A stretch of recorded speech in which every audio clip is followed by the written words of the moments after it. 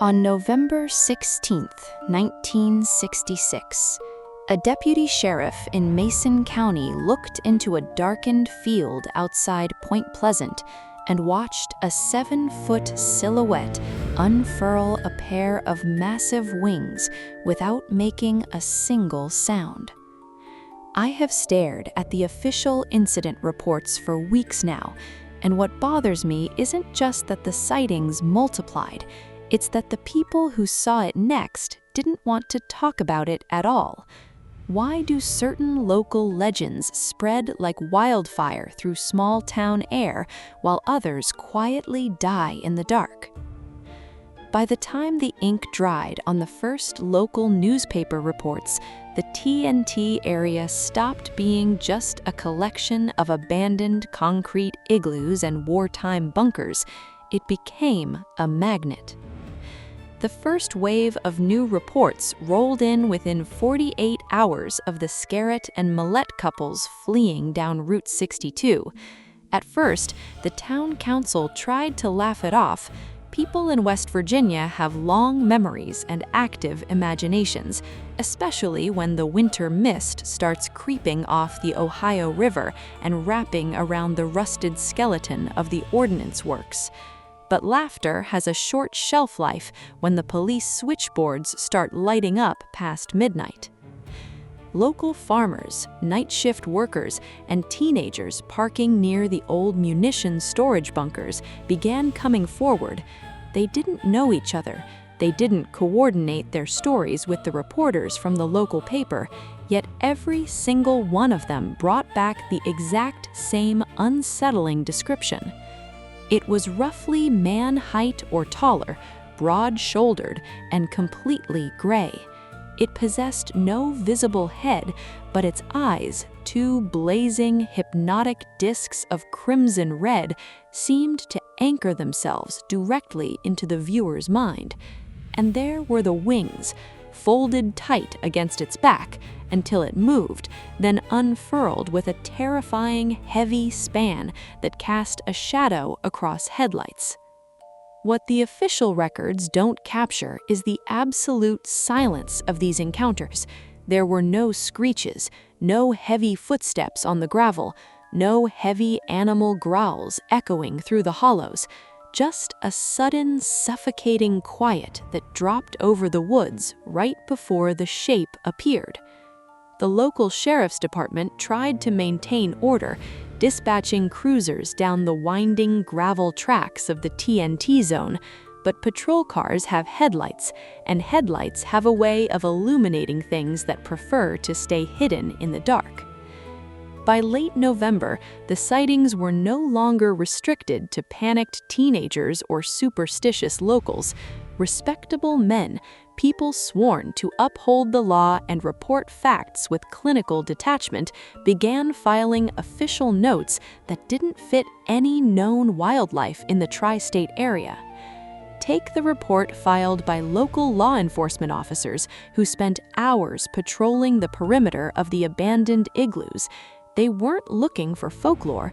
They were looking for trespassers, copper wire thieves, or kids stirring up trouble in the restricted zones. Instead, they found themselves staring up at something perched atop a concrete bunker, its red eyes reflecting the beam of a high-powered flashlight with an uncanny luminous intensity. One officer's hand hovered over his service weapon, but he never drew it. Later, in private conversation, he admitted there was no threat of violence, no aggressive charge, and no sudden movement. There was only that staggering, heavy stillness. The creature simply watched them with an intelligence that felt far too deliberate for a stray owl or a displaced herring. The press smelled blood in the water. Within days, wire services picked up the scattered dispatches from Point Pleasant. The sleepy river town found its telephone lines jammed with inquiries from major newspapers across the country. Curiosity seekers, amateur investigators, and early monster hunters packed their bags, driving down narrow two-lane highways to gawk at the munitions bunkers and peer nervously into the tree line. Locals watched the influx with a mixture of resentment and quiet dread. They knew the woods better than the tourists did.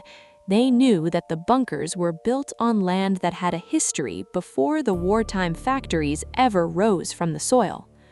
Yet for all the noise the outsiders made, the true terror remained anchored in the quiet moments between witnesses and the dark. The reports kept coming. They weren't fading away. Every night brought a new phone call, a new set of tracks found frozen in the mud, or a driver slamming on their brakes because something tall and gray was standing right in the middle of the asphalt, refusing to move. And that brings us to the core contradiction that keeps me awake over this file. If these were simply mass hysteria or overactive imaginations fueled by a small-town newspaper headline, why did the descriptions remain so rigidly consistent among people who actively tried to convince themselves they had just seen a large bird? Why did seasoned police officers risk their reputations to corroborate details of a 7-foot shadow with glowing eyes? The trail of reports leads deeper into the winter frost of 1966, past the initial panic and straight into the private homes of families living just outside the town limits. That is where the encounters stopped being brief flashes on a dark road and turned into something much more invasive. What was the creature actually waiting for in the freezing fog of the TNT area, and why did the witnesses who looked into those red eyes feel an overwhelming sense of warning about something they couldn't yet name? The panic didn't stay confined to the woods. By December, the sightings began drifting closer to residential neighborhoods, pulling the mystery right up to the front porches of Point Pleasant. Consider the account of a local resident living on the northern edge of town, just a few miles from the river.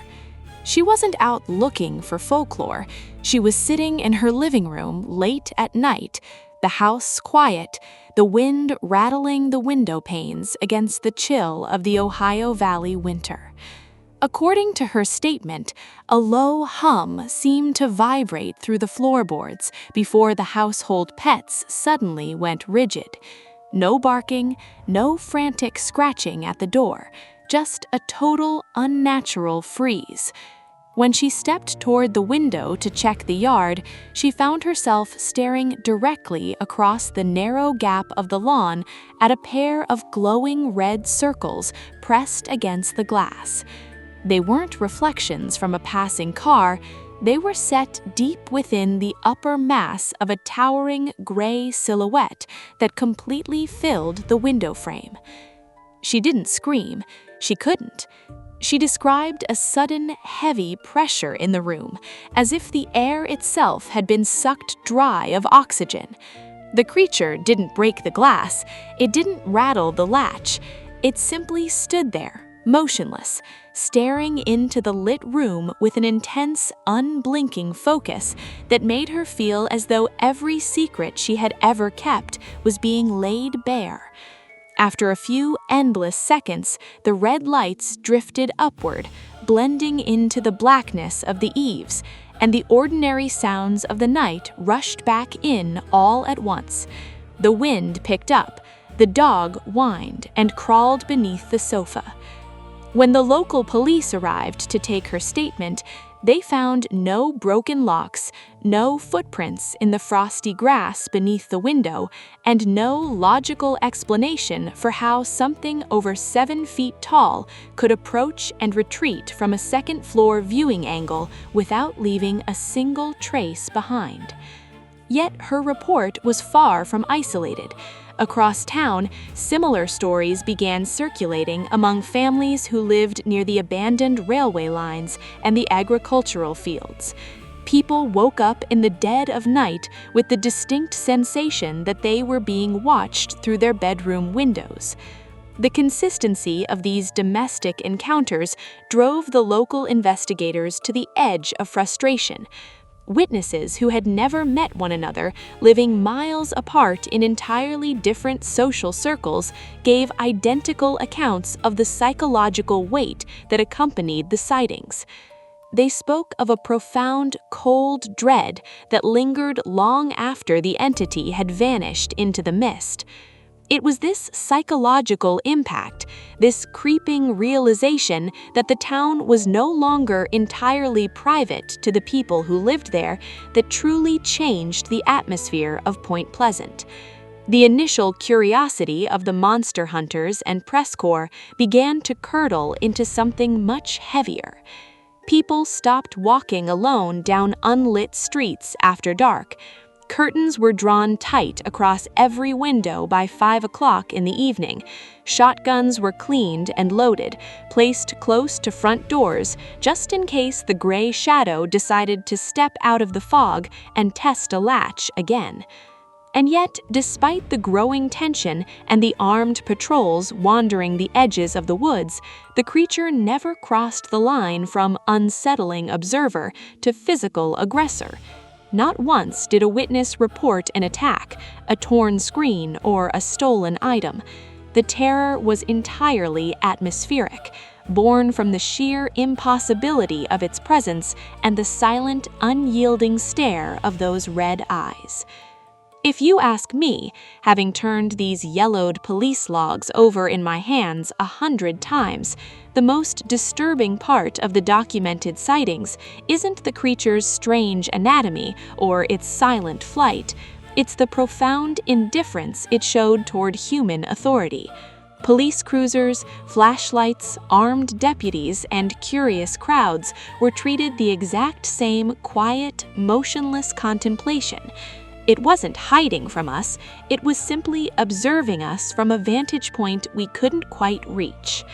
So tell me, knowing that dozens of independent witnesses, including law enforcement officers, risked their credibility to swear they saw the exact same impossible silhouette in the winter of 1966, do you think the town was reacting to a living, breathing anomaly in the woods, or were they just catching fleeting glimpses of something our minds were never built to comprehend? Leave your theory below. I read every single one, and I'd love to know where you land on the file.